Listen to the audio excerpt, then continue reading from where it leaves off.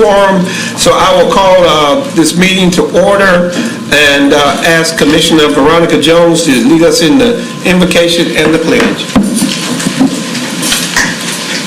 Heavenly Father, we just thank you for allowing us to gather here this afternoon.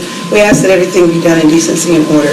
We ask for prayer those that are in war overseas and even those that are in war here in America. God, you know each and every one of our needs, and we just ask that we come together in unity to make decisions that are best for our community. In Jesus' name we pray. Amen. Amen.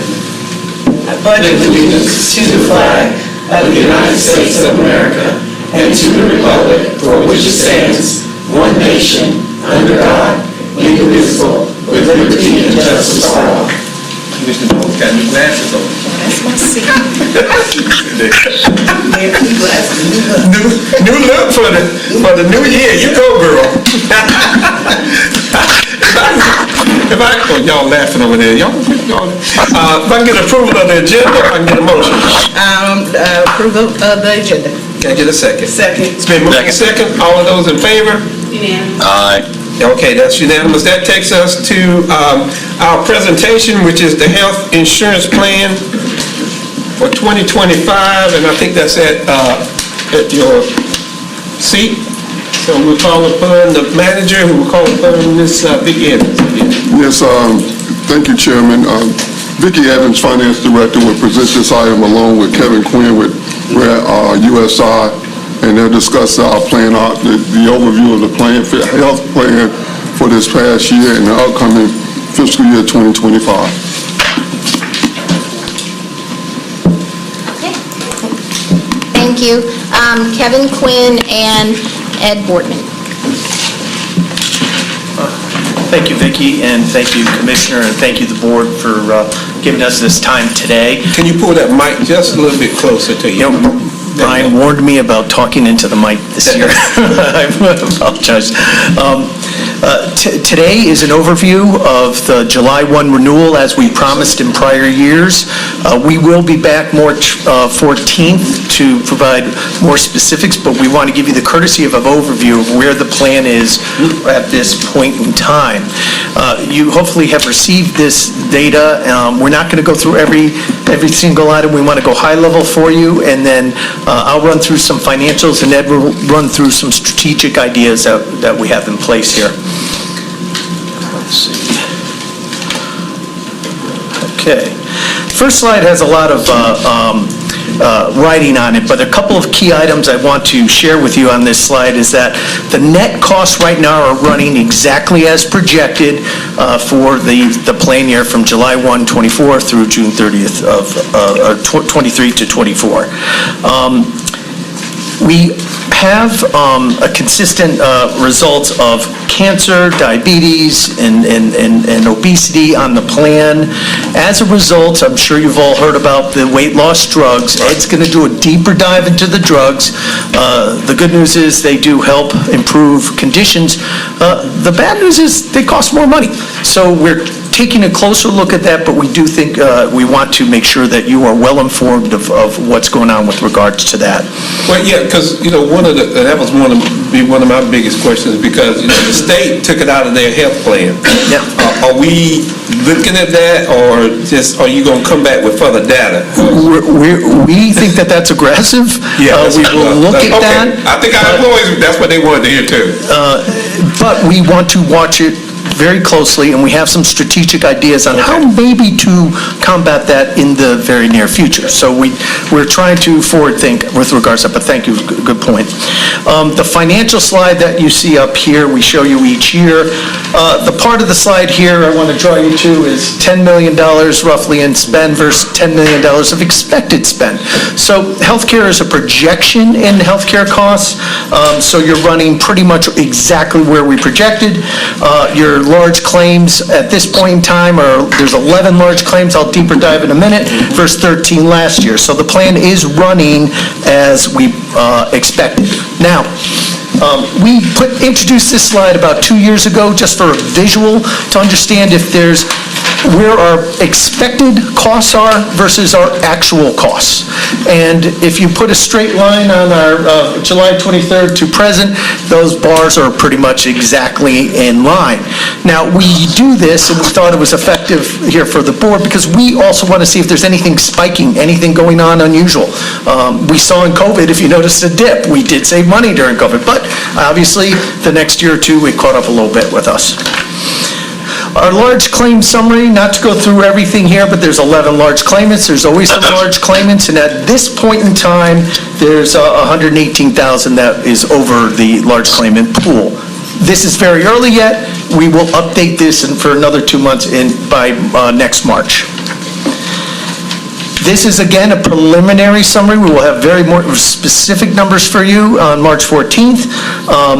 But overall, our administrative costs, if you remember, we negotiated a 3-year rate guarantee for our administrative costs, so that's not changing. Stop loss protects you against those large claims. It's a very volatile market. This is simply a projection of a 20% increase in those hard dollar costs. Happens every year.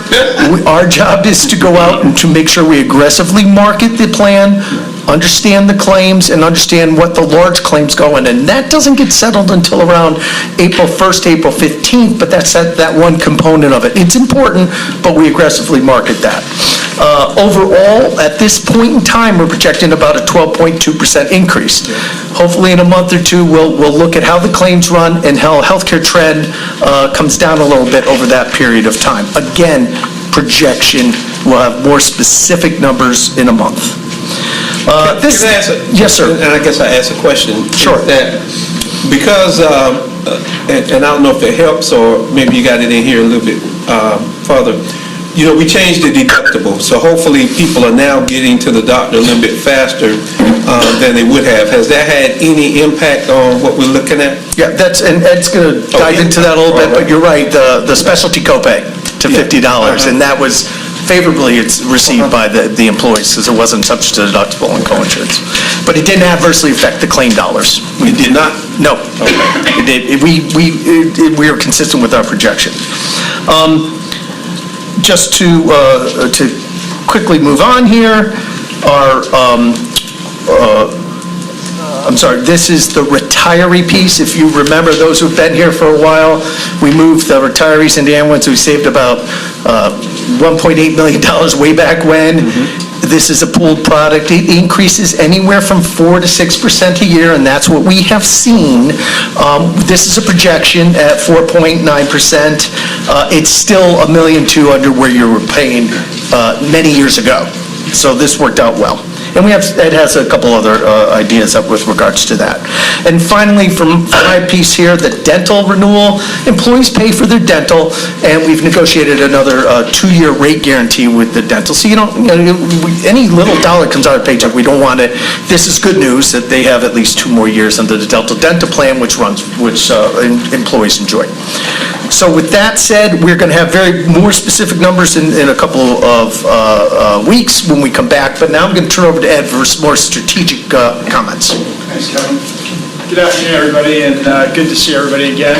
It's been about 12 months since we were here. So, as Kevin mentioned, I'm going to go through a couple of the strategic items. And, the first slide you look at here is really, we're just showing the illustrative increase on the contributions, based on the initial projection at 12.2%, and showing how that would impact employee contributions.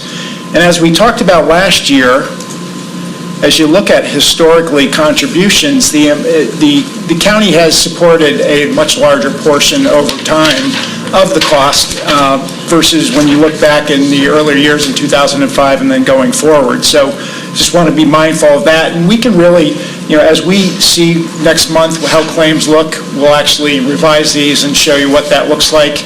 And again, model that accordingly. One of the other strategic items we wanted to put for consideration is really revamping, looking at the wellness program and looking forward. And I know that we've had a lot of discussion with the team and talking about what are some of the things we can do to kind of move the needle and trying to improve healthcare. And we know preventative care and primary care physician visits, having regular visits with your primary care doctor and then getting your age-appropriate screenings on a timely basis is impactful. In fact, USI has a program very similar, And when we look at over the years of what the impact has been, it's substantial from a savings perspective. So the program we're recommending is actually taking the program, expanding it. So right now, they go to the health fair, they take the health risk, and they get their blood drawn, and then they get they hit the metrics, they get their wellness credit. This program would be similar, but it would also incorporate the primary care physician. So employees would have the option to get the screening, the exam and the screenings done at the health center, or they can go to their primary care physician. And we feel like having the engagement of the primary care physician is important because anything that's detected early can be treated and addressed throughout the year versus getting it done at the annual screening, and then sometimes that information doesn't get back to the care, the provider that they're using on a regular basis. So we think that's impactful. The other piece to it is, the incentives have stayed at $30, and that's been that way for a while. So looking at options to even increase it more. Right now, about 75% of folks participate, and that's a combination of the actives and the pre-65 retirees. So looking if we want to increase that, potentially increasing that incentive amount. And next slide, I'll just show a little how that looks from a modeling perspective. Before we get there, I wanted to show you one of the other recommendations as well is when we looked at the benchmarking. USI does nationally. We work with a number of municipalities and county governments. We also, in the state of North Carolina, have a number of clients. And as you look at the options, a lot of the similar clients give choice. And we think plan choice is important because it gives employees the option whether it's less out of my paycheck and more when I go get care, or you pay more out of your paycheck and then you pay less when you actually see the doctor. So providing that choice, and that could be in the form of a high deductible plan, and I think we talked about this last year, what the HSA is and how that works. And then also, one of the options that was talked about is a buyout plan. So if you have employees that want better coverage, and maybe they're willing to pay more for that, looking at a buy-up option that would actually be cost neutral to the county, because the way we would structure it would be, basing contributions off the current plan, and then letting employee pay the difference for the buy-up. So a couple things to consider there. Well, let me ask you a question, because ours has the weight loss down at the bottom. That one doesn't. Yours doesn't on the screen. If in case people are looking at it on the screen. Okay, am I going backwards here? I don't know, but unless I'm looking at the wrong one, the one I have, and you highlighted it in yellow too on mine. So, weight loss medications. Yeah, it looks like something's out of order here. What page? It was on page, the one page he was on. Maybe our pages are different. Page 20. Maybe we're looking at different pages. Oh, okay, I'm sorry. Maybe we're looking at different pages. Oh, Yeah, okay. no, Oh, that's the record. Mine doesn't say recommendations at the top. Mine is the exact same one that he has up there. Yeah, I think this, just the plan choice, it got put in front of the weight loss. So let me also skip over to that. So No, I just mean, it's just down at the bottom. There's a line that, here, somebody hand him one of these things. That looks like the same one I'm looking at. okay, what's that? This one right here. So maybe I'm it's a little bit different. Yeah, it looks like a different one. That's just in case people, because people are looking at it on the screens. That's the Okay. You want to just, if we go to, let's go, so the... But that's fine. I mean, you can go ahead and where you are. I just wanted to know that it's not down there on that bottom Okay, line. my apologies, I guess, because I know the version that the last version is actually this one right here, okay, Yeah. all right. So from a plan choice perspective, and I think, and they looking at the printed copies match? Yes, Okay. that matches that. Okay. As you look at the plan choice, you can look at the bottom. So one of the things to consider, Kevin had pointed out that the GLP-1s, you've heard of the weight loss drugs, the Ozempics of the world, Wegovy. You turn on the TV every day and you see these advertisements, and they are impactful. We're seeing people, you lose weight. The thing we're not seeing yet is what's the impact on the healthcare costs. On the end. Right. So the strategies that are out there, there could be strategies where you cover it on certain plans. where you had a buy-up plan that if someone wanted to take the drugs, they actually pay more for it through the contribution. There's also ways to look at, through Blue Cross, where you can actually change tiers of these medications to actually put them at a higher tier so that members that really, obviously, you want to give the access, but at the same time, appropriate cost share. Because a lot of these drugs, as you look at the cost of the medications is substantial. So, as you go in the presentation, and again, I want to make sure, right here. Yep, there we go. All right. So as you look at the cost of GLP-1s, Wegovy at the top at $17,000 roughly a year, which is roughly, $1,500, a little bit more a month. So as we look at these medications, it's certainly very, costly. And Kevin had talked a little bit. So what we've seen, and we want to keep an eye on it, is the utilization and then the cost for the current first 6 months of your plan year has increased. And so we just want to keep a close eye on that. So some of the strategies as we come back, we can certainly talk about this plan year. But the good news is that in meeting with Blue Cross, you can implement these throughout the plan year. You don't have to actually wait till renewal. So if we do see and monitor and find that the costs are continuing to rise, we have the opportunity to make adjustments during mid-year. So we don't have to wait till next renewal to do that. So more to come on that. And as I was getting at before, as we look at the kind of the top 25 drugs, you can see here some of the names, whether it's Wegovy, Saxenda, really a lot of the drugs listed here, and that's the first 6 months. And because of the advantage, the copay advantage of actually using the in-house pharmacy, you can see that the retail is not getting a lot of that because there's more cost share. The employees actually pay more, so there's an advantage to going through the in-house pharmacy.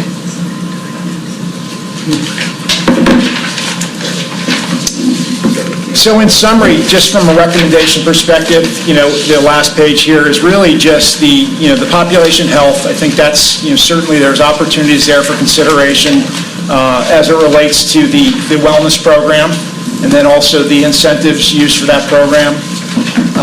The plan choice, certainly between the high deductible and the PPO option, you can do one. You don't have to actually offer, two more plans. You could actually offer just the buy-up, or you could also offer just the high deductible. And we can come back and based on the feedback you provide, we can certainly come back with more modeling next month. Contributions, again, just the increase. And then the last, Kevin had mentioned the stop-loss marketing, which we'll actively do starting in April. And then the last one on the bottom, just want to touch on because we did last year, but certainly post-65 retirees, there is an opportunity there as well. The current plan certainly is very rich, but there are some different plans. The state offers Medicare Advantage. You probably have also seen those on, there's a lot of commercials out for those plans. They provide more benefits to the retiree and actually do have a cost advantage. This is where the insurance companies take over from Medicare, so that they are actually a contract directly with the insurance company and provide richer benefits and overall costs. We're seeing lower costs with those programs. Let me ask you a question, because we just had the issue with Cape Valley as well as up in Raleigh, is that some of the Medicare Advantage plans are not going to be a network. United Health, Cape Valley cut out United Health, number of hospitals around North Carolina. So as we look at that, if we can find out where the trend is heading, because they're having issues with all of these insurance companies on the denial rate, so the hospitals are getting to the point that they're not accepting it, and we got calls all over when Cape Valley stopped taking that. They took the Medicare, but as to some of the Advantage plans, and they had that in Raleigh with some of those in Charlotte. Quite frequently, we're seeing that in the market, and it's carrier by carrier, so it's not just United, it's That's right. Aetna and Cigna. Humana and all. Cross. And each of the hospital systems, as they come up for renewal, unfortunately, put the members in the middle and make it public, so that way they can negotiate a better deal. But we can certainly look, and make sure, because this is really, I wouldn't say a replacement, it would be more looking at options, because I don't know that, I know the state did not, they didn't move to a Medicare Advantage, they actually offer both. So we would recommend at some point, again, if retirees, whether they have a spouse or some, they want more choice, it's also an opportunity to lower costs, so. Right, so this is a 1-1, so this is also not something that has to be made, decision has to be made by March 1st. Right, So, okay. good point, Kevin. All right. Actually, can I take 1 minute? Go ahead. Thank 1 minute. Vicki Evans for her leadership over the last, since 2017, and her impact, she really drove us and managed us aggressively, and I think she, literally millions of dollars she saved the county by her little red pen. That's a good thing. So thank you, Vicki. All right. Does any commission, well, y'all leaving, wait a minute, they may have a question. Are we paying you? Never mind, running too quick now. Does any commissioner have any questions? My apologies. Commissioner Jones? Commissioner Booth on the line? Yes. Okay. Hello? Hello? Yes, go ahead. Okay, thank you, sir. Yeah, the only thing I've gotten is in the last year or so, 2 questions about the cancer coverage. It says in there under, I want to say Chubb or something, that it doesn't matter what your bills are. If you get a diagnosed thing, depending on which ones you purchased, they just send you a check. It's not based on somebody, dying or having $100,000 in medical bills. It says if you get a listed cancer, they're supposed to send you a premium to help the bills or mortgage or whatever you want to use it for. Yes, sir. So that is the. Pull that mic up to you. The Chubb policies are voluntary policies, so those are policies that people can buy. Critical illness is one key where they pay for cancer, heart. There's a number of, major conditions that they actually would pay a lump sum for. And they would actually be a supplement to the health insurance. So not necessarily replacing, wouldn't recommend someone just take that as a plan for coverage, but more so it's a supplement in addition. And a lot of times when we talked about before the HSA and high deductibles, a lot of times those policies are sold together because the high deductible has a much larger deductible cost share, and that critical illness cancer policy that you're referring to with Chubb would actually help offset some of the out-of-pocket costs. Okay, thank you very much. Sure. Commissioner Stewart? I don't. Okay. All right, thank you so very much. Anything else? Okay, thank you. All right, now let's take us to the consideration of agenda items. 3A is response to the independent auditor's finding, and I think that at the board meeting, Ms. Evans told us that because we were a little bit late, we were going to have to send this to the LGC. We have to show the corrective action, and so I think today is for us to be able to say, we've taken that correction, send it on to the LGC. We need at least, we got 4, so once we vote, we good. But to have that signed, because it has to be off by the 15th? 12th. The 12th. So we'll have to find Commissioner Booth wherever he is to make him sign this. If I can get a motion to approve that. So moved. Is there a second? Second. Second. Moved and second. All those in favor? Aye. So Commissioner Booth, the clerk will get with you. The rest of us will sign it today. I think the manager's already signed it, the finance has already signed it, and we'll get that off and be in compliance. Okay, I'll link up with her. All right. That takes us to the matching funds for the CAB program and the associate budget item that came out of the ARP funding.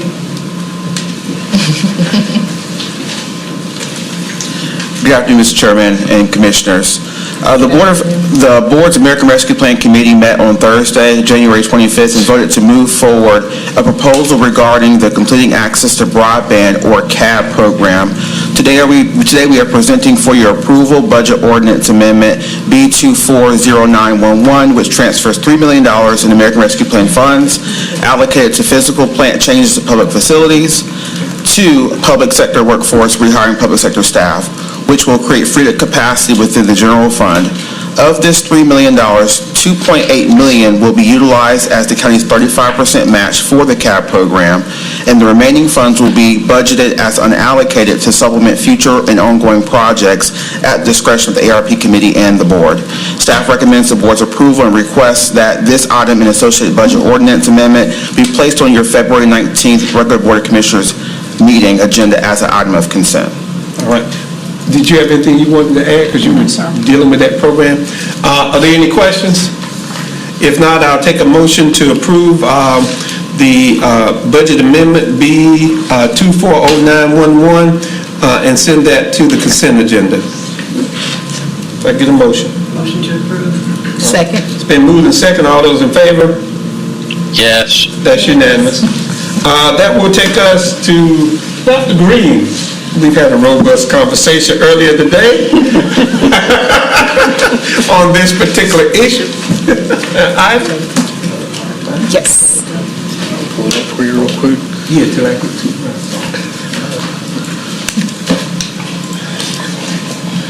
I did tell her not to go back to 1999. She like to go back. We got all the other stuff. Go ahead, Dr. Green. Good afternoon, Commissioners.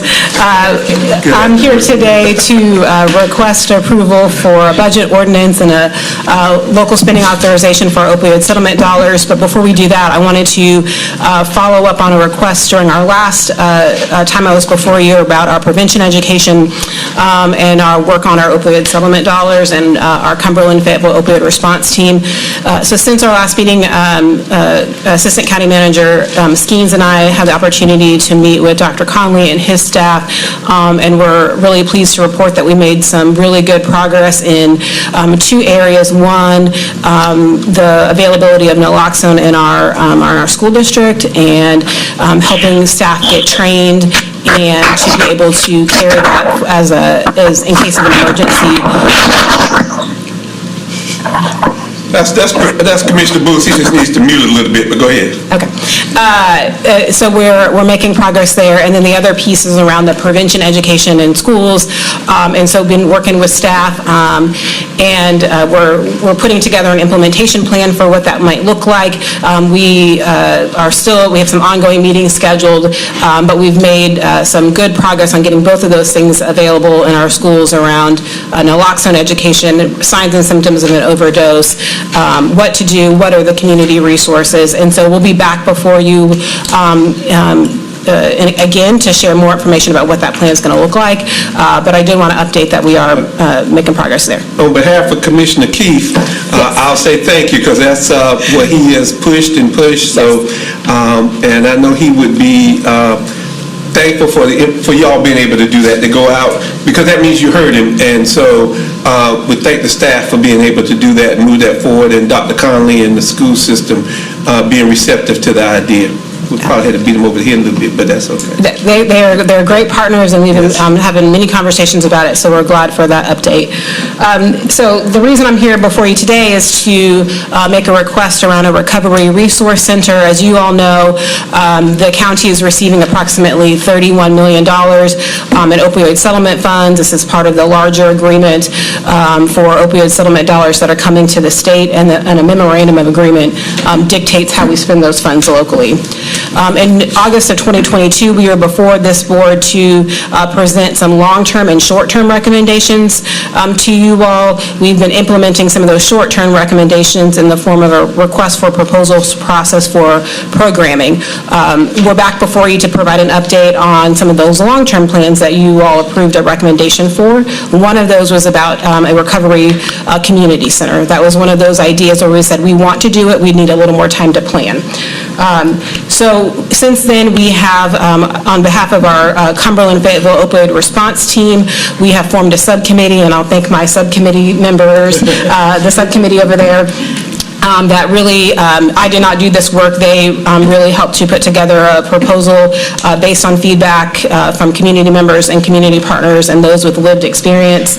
What we are proposing is a 3-year pilot project that will make a physical space for a recovery support center and to provide services in a really coordinated fashion in a single location. The purpose is to think about how can we as a community reduce overdoses and support individuals that are in recovery while also addressing social determinants of health and other recovery support services. So we've identified a location. 707 Executive Place is a county leased building. It's next to community development, so folks that might be familiar with community development, this is in the same building but on the other side of their workspace. We're proposing that the center be open 5 days a week to begin with, Monday through Friday, and we're committed to having at least 2 of those days be evening days so that we can provide services to folks after normal business hours. Our focus population are those that are in recovery or those that are in some kind of contemplation phase, thinking about recovery, or family members or community members that need resources around recovery. The space has 4 offices that will allow for staff and then community partners to be in that space as well. There's a community room in the building, and we'll utilize that space for classes and other support services. So again, the thought is around a centralized location for folks that are in recovery. It is close to the fast bus route, and if you see the picture right off of screen to the left, RI International and Cape Fear are not too far away. And then, of course, community development is available in that same building, so we can connect folks with housing services. We really want to make this a center that is programmatic in focus and really focus on service delivery. So that we cannot do that alone as a county, we know that. So we are wanting to develop MOUs with our community partners about the service delivery in that space. Other services will include overdose prevention education, so what Commissioner Keefe has been asking about, that overdose education prevention, making sure we have a peer support services are available, connecting folks with treatment. Treatment might not be provided in the space, but we want to make sure there's a linkage to connection for folks that need treatment options or to meet with a counselor. One of the initiatives of CFORT has been to get folks trained in smart recovery. So in the last year, we've had about 30 facilitators trained in smart recovery to build capacity in our community, and we want to be able to offer that class in this space, picking up Narcan, xylazine test strips, and then helping to provide some other services that this unique population might not have regular access to, like STD testing or prenatal education classes. We also want to make sure we connect to some of our existing programs at the Health Department, our Connected Care program, and then our Uber Health. We want to expand that Uber Health program that's been very successful at the Health Department and make sure that people can get to the recovery center and then get from the recovery center to services if they need to. Here are just a few partners that we'd like to... Dr. Green, yes. As you go back, because so we don't run too quick, so not that fast, you go back to the next screen. You talk about Connected Care. If you kind of let folk know what that is, because some people may not know what that does, because I think it's important to be able to have that within these services you're going to provide. Yeah, so this is a collaboration between the Department of Social Services and the Health Department to connect individuals in our community to care in a really comprehensive way. And so for folks that might need, it is a care coordination and case management service.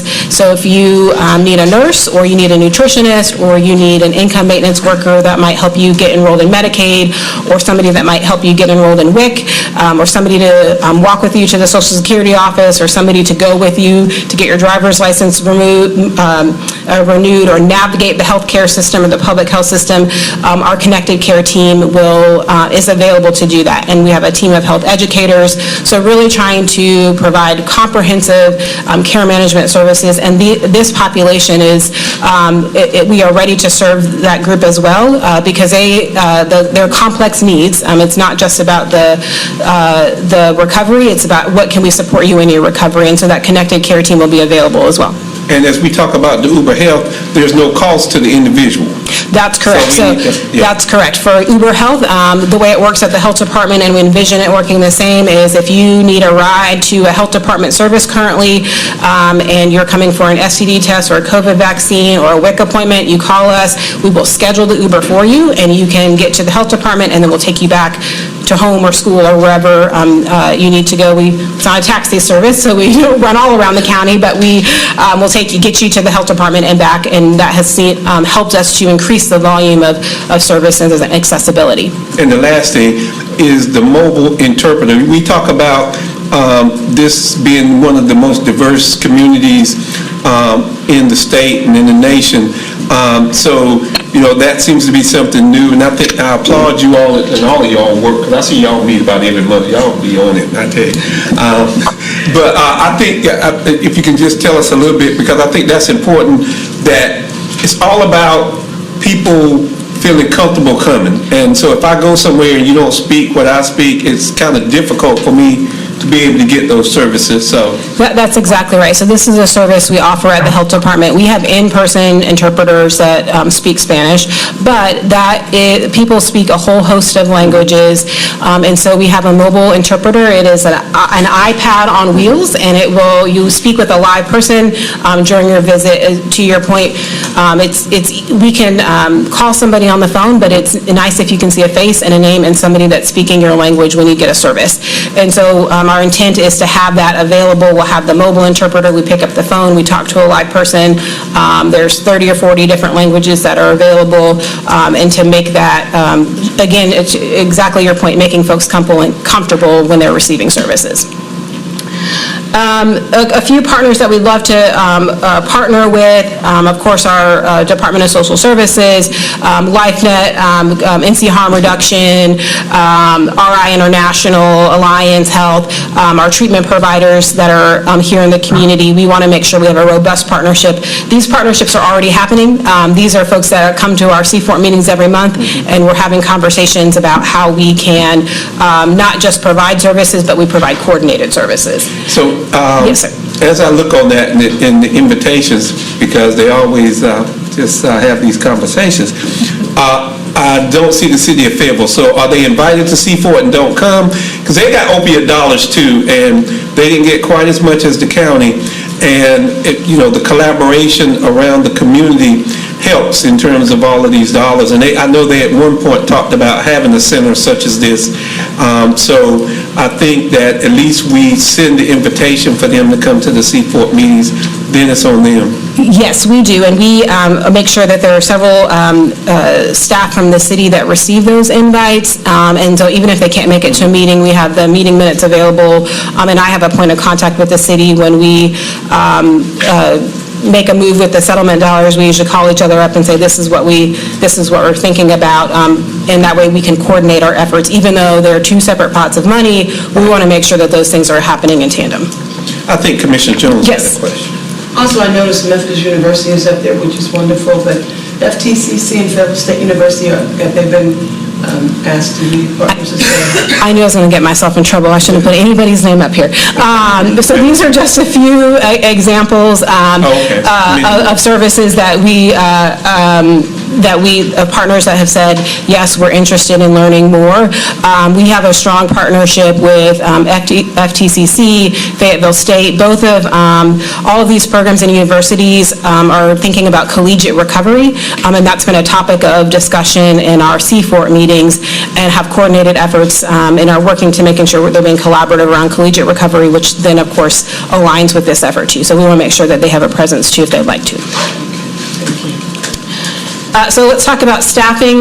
We are proposing 3 FTEs that will do, one is a recovery center manager that will oversee the day-to-day operations, facilitate conversations about the MOU, making sure that the right partners are in the room, some of the ones that you all mentioned, making sure the service delivery that is happening and that we're connecting folks with care, and then making that connection back with C4 and then all of our other partners that we work with. We'd like a peer support specialist, and the best example that I can think about is when folks come out of our detention center and they're much more likely to overdose. We want to make sure that they're warm handoff, and they can meet a peer support specialist, somebody that has lived experience, somebody that has experience in where they have been. And so we'd like to include a peer support specialist to provide those services in the community, and then an office assistant so that a warm, friendly face greets you when you come to the door, and then can help with some scheduling and scheduling the Uber Health visits. We know that metrics are important to you, and so we know that they're You important to be listening, huh? we try to listen. We know that that's important to you. I'm not going to read this full slide. It came in our slide, so we see Okay, that. there's a Okay. full list of metrics that we require. Those are some of the things that are required for us to report on. The cost, we are proposing in the resolution is $650,000 over a 3-year period. That includes building repairs, renovations. The building exists and is leased, but it's a little bit dated. It needs some paint, and a refrigerator and some furniture. Do some nice paint now. Some nice- Don't get no drab stuff in there. Some nice bright paint that we would like to use, and then some, making sure we have no lock zone and other supplies in there, and then making sure that we have security cameras available. The security is already available in that parking lot, but we want to make sure that the building is also secure. And then the annual expenses are naloxone, our 3 employees, the funding for our Uber Health, and then building operational expenses. So it'd be up to $250,000 in the first year, and then anything that we don't spend, we would reappropriate for the next year for a total of $650,000 that is in your budget resolution and your local spending resolution. So what we're proposing is a motion to put this on both the budget ordinance, so 2 motions, one to approve the budget ordinance BR 241417, and put that on the consent agenda for February 19th, and then to authorize the local spending authorization resolution for $650,000, also on the February 19th consent agenda. And if you have any questions, I'm happy to answer. Any commissioner have any question? Or any comment? All right, so if I can get a motion to approve the budget ordinance 241417 and move it to the consent agenda, and the motion to approve the local spending authorization resolution for $650,000 over 3 years. Motion to approve the budget ordinance 2417 for February 19th, 2024, and motion to approve the local spending authorization resolution for $650,000 over 3 years. Second. It's been moved and second. All those in favor? Yes. That's unanimous. Thank you, Commissioners.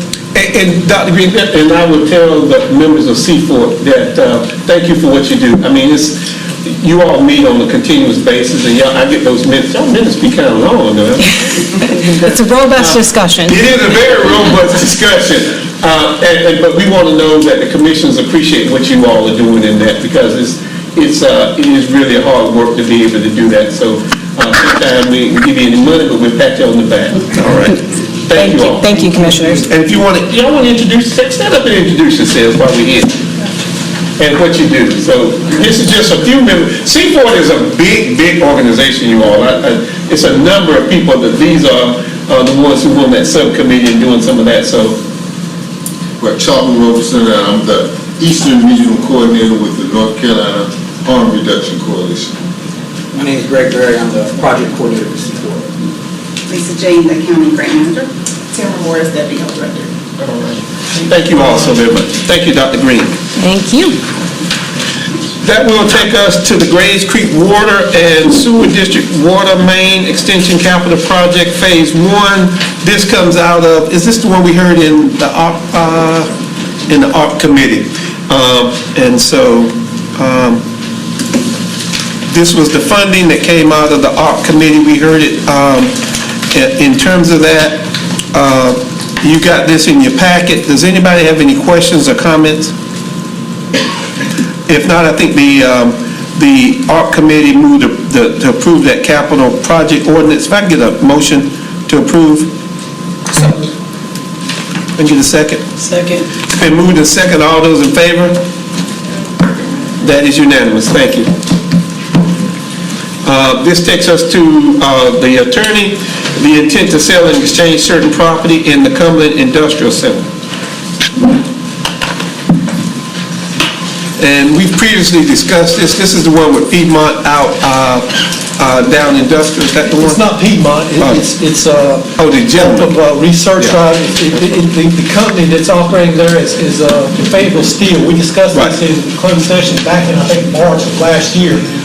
At that, I thought the board had actually approved the closed session, but I went back and looked at my notes. I was holding the man who was requesting this, that was to get this, he thought he'd have it surveyed, wrap it up in 3 months. He still doesn't have it surveyed, but it's, and the board did back in closed session give consensus to proceed with this. I recommend it. If you just, it's understand easier if you just look at the little GIS map that I've colored in there that's attached, is an attachment. The strip of land there that's got an A on it is a separate parcel in the industrial park. It's 1.19 acres. It has a 50-foot setback around it, so it's unusable. It's shown as unusable on our plat. Only usable to him. It's only beneficial to him, and he's going to use that to, I'm going to cut you, that Rick, you keep going. This is for the commissioners, only because the gentleman called me. He's looking to improve his operations, and it's going to increase his business out there. We hold on to it. We ain't getting any tax value on it anyway. Doesn't do any good. It's not usable for us. He's the only one that is beneficial to. I would take a motion if we can approve that capital budget ordinance. Oh, wait a minute, I was on the next one. There's a resolution intent that I have on the February 19th. It's the same process we have to Piedmont Natural Gas. Right.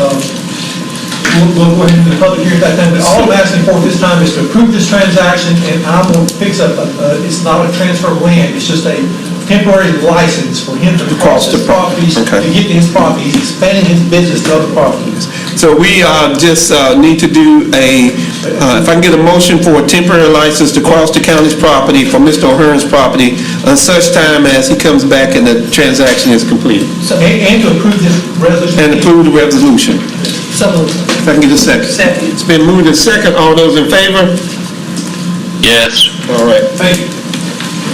And that is, the only other thing is the monthly reports. You should have gotten those in your packet. If no one has, we did the health insurance update that came out. So if there is nothing else, I'll take a motion to adjourn. Mr. Manager. What's that? Oh, he got his hand up. I didn't little finger. He in church. He got that little church finger. I can't see that little church. Let's speak up. I'll be out here. One thing I would like to say is today is Vicki Evans' last day as she retires as our finance director. And I'd like to thank Vicki for all the years of service. I've only been here 11 months, but I found Vicki as a wonderful resource for financial and accounting things when I had a question.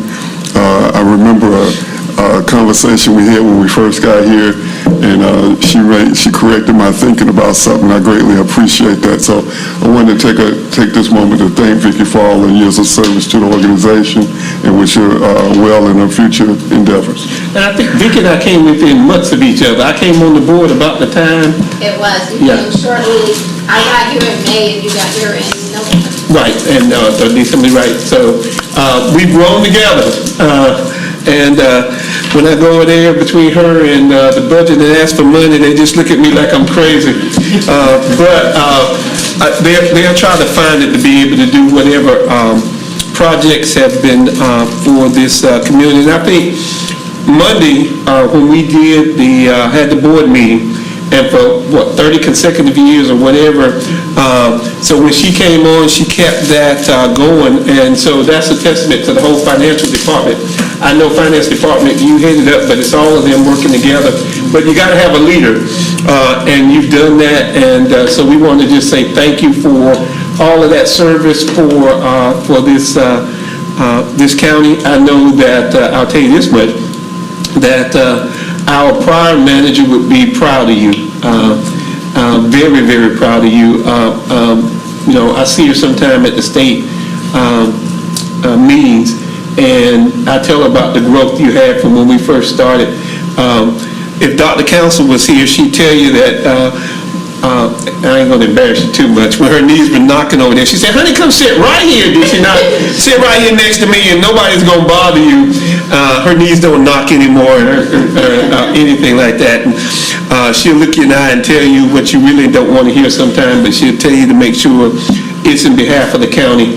And she's taking care of this county, and I think that's why, if you look at our finances and our portfolio, we are probably as strong as any county in the state of North Carolina, and that's not by chance. That's because of the work and the service that you did. So thank you so much. We're going to miss you. All right.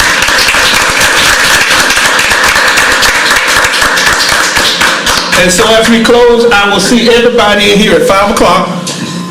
Yeah, 5 o'clock. Look at Heather, look at me back on the page. 5 o'clock, out at the Crown Coliseum. Scares me. I know. At the Crown Coliseum. Not here. No, not here.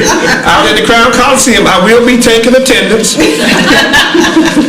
We do have the Veterans Battlefield tonight. I think it's, if you haven't, well, I know most of you haven't seen that documentary, but if you come out and see that, you'll be moved by it. And I think it's Sally's done a wonderful job. Sally, thank you for coordinating that with the State Association and everybody else in communications and Brian and all of that. I think it's going to be a wonderful night. So if you get a chance, if you know anybody, veteran or not, tell them to come out and see this presentation. With that, I'll take a motion to adjourn. Motion to adjourn. Second. It's been moved and second. All those in favor? Yeah. We are adjourned.